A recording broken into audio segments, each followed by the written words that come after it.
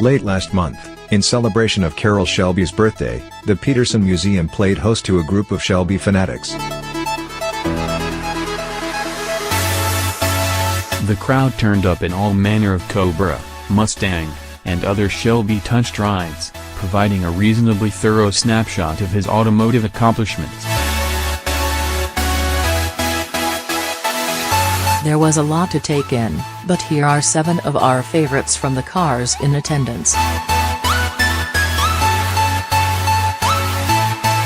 As much as we appreciate showroom fresh, minty clean classics, a dinged and dusty Survivor is far more interesting. Sandwiched between gleaming replicas and a few restored originals, this well-worn Hertz Gold 427 SC was a stark standout. This is CSX 3047, one of just 31 semi-competition Cobras, and just one of 2 in Hertz Gold.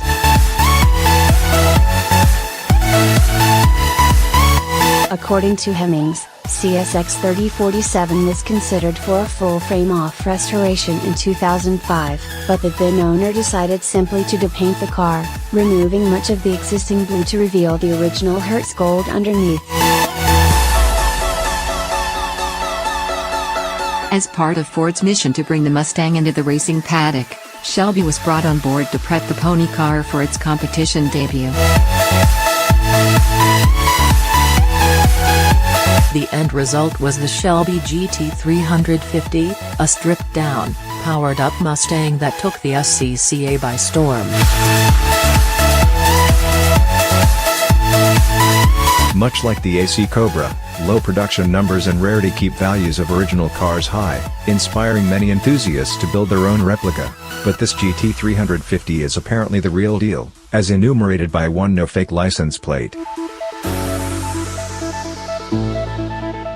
And if you believe the side exit exhaust, it's one of just 562 GT350s to leave the factory in 1965. For 1966, the exhaust outlet was moved from the side to the rear of the car.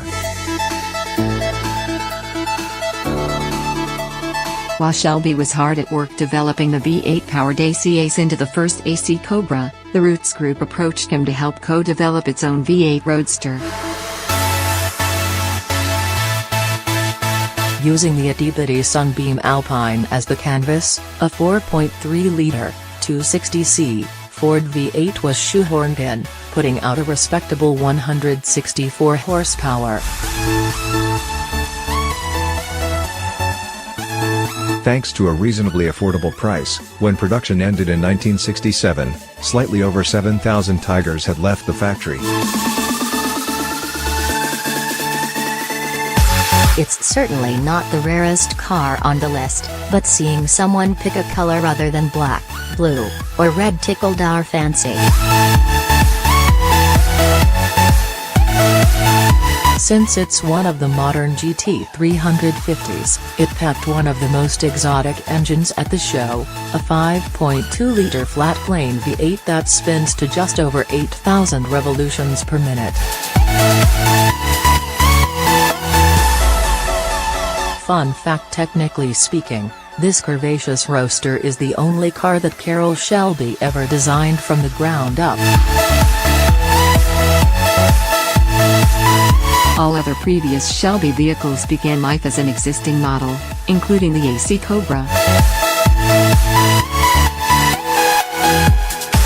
The Series I was Shelby's attempt at stealing some market share from the Chevrolet Corvette and Dodge Viper.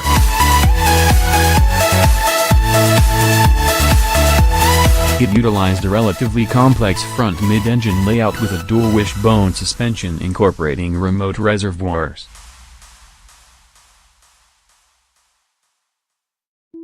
In place of the traditional Ford V8, a thoroughly modern 4.0-liter DOHC V8 was sourced from Oldsmobile, putting out 320 horsepower and 290 pounds-to-foot in the Series I.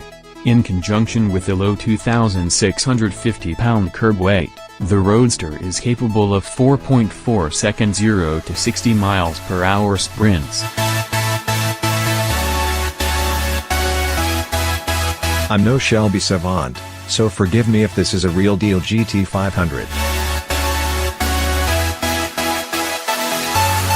However, from the looks of things inside and out, this red wide-body Mustang appears to be an extremely well-done resto mod mocked up like a GT500. With a partial roll cage, swollen fender flares, and deep dish wheels, this was one of the most visually aggressive cars at the show. Compared to the myriad Eleanor clones clogging up cruise-ins around the country, if this is GT500's replica, it's a replica done right. We're ending as we began, with an original Cobra in semi-derelict condition. This is CSX 2307, a surviving 289 Cobra that lives up to its nickname. There are rough patches of paint, patina, and pitted chrome everywhere, extending to the interior with worn carpet and cracked leather.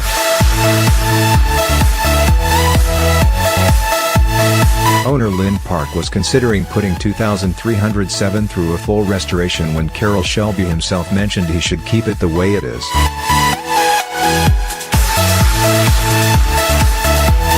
Since then, 2307 remains as ratty and original as the day Lynn first picked it up.